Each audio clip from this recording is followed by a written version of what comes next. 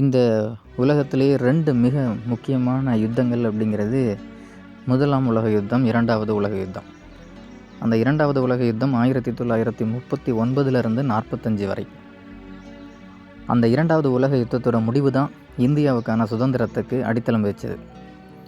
அந்த 1945ல் பிரிட்டன்லேயும் ஆட்சி மாற்றம் ஏற்பட்டதுனால கிளமெண்ட் அட்லி அங்கே அதிபராக வந்ததும், இதற்கு மேலேயும் நம்ம இந்தியாவை ரூல் பண்ணுறதுங்கிறது சாத்தியமில்லாத ஒன்று.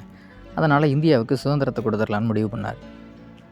அந்த டைமில் தான் இந்தியாவுக்கு ஒரு குழு அமைச்சு நமக்கான அதிகாரத்தை ஆங்கிலேயர்கள்ட்ட இருந்து நமக்கு கொடுக்கலான்னு முடிவு பண்ணாங்க.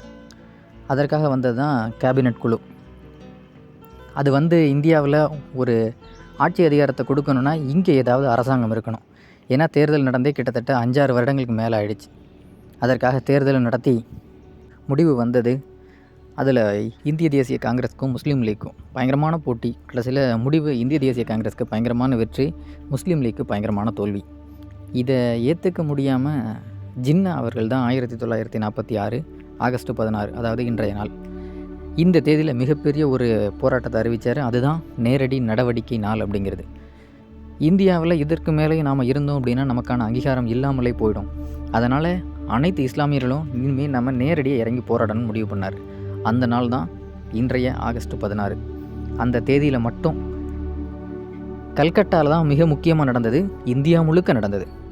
கொலை, கொள்ளை, கற்பழிப்புன்னு கிட்டத்தட்ட ஒரு 30,000த்திற்கும் மேற்பட்ட நபர்கள் அன்னைக்கு இறந்து போனதாக வரலாற்றில் எழுதியிருக்காங்க. அந்த அளவுக்கு மோசமான சம்பவம் இந்த ஆகஸ்ட் 16. கல்கட்டா நகரம் முழுவதுமே ரத்த ஆறாதாக ஓடி இருக்கு.